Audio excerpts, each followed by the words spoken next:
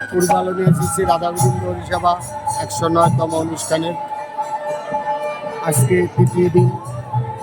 আমাদের এই অনুষ্ঠান 109তম। প্রতি বছরেই চৈত্র মাসের 11 তারিখে অধিবাস হয়, 12 তারিখ থেকে 4 দিন কীর্তন হয়। কীর্তনে হাজার হাজার ভক্তবৃন্দ এখানে সমাগম হয়।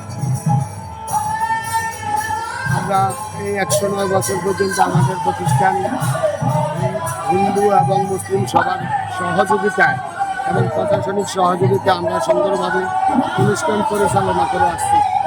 আমাদের কোনো অনুষ্ঠানে কোনো সাম্প্রদায়িক কোনো সমস্যা হয় না। আমাদের মুসলিম ভাইয়েরা আমাদেরকে এখানে অনেক সহযোগিতা করে।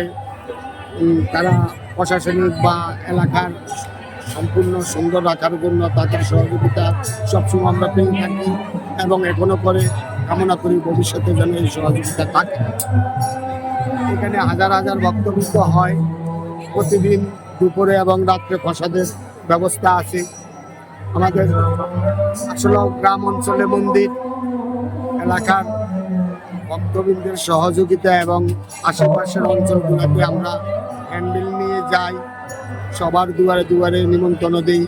2-4 পয়সা যাই পাই সে পয়সা দিয়ে আমরা এই অনুষ্ঠান পরিচালনা করি। তবে আমি প্রশাসনিক এবং সরকারের কাছে আমাদের এই মন্দিরের উন্নয়ন এবং সহযোগিতার জন্য আকুল আবেদন করছি। যদি এইটুকু আমরা পেয়ে থাকি তাহলে আমাদের মেন যে মন্দিরটা, এই মন্দিরটা অনেক জরাজীর্ণ অবস্থায় আছে। অনেক পুরান মন্দির, অনেক পুরান অবস্থা, একবারে ইটের খুশা পড়ে।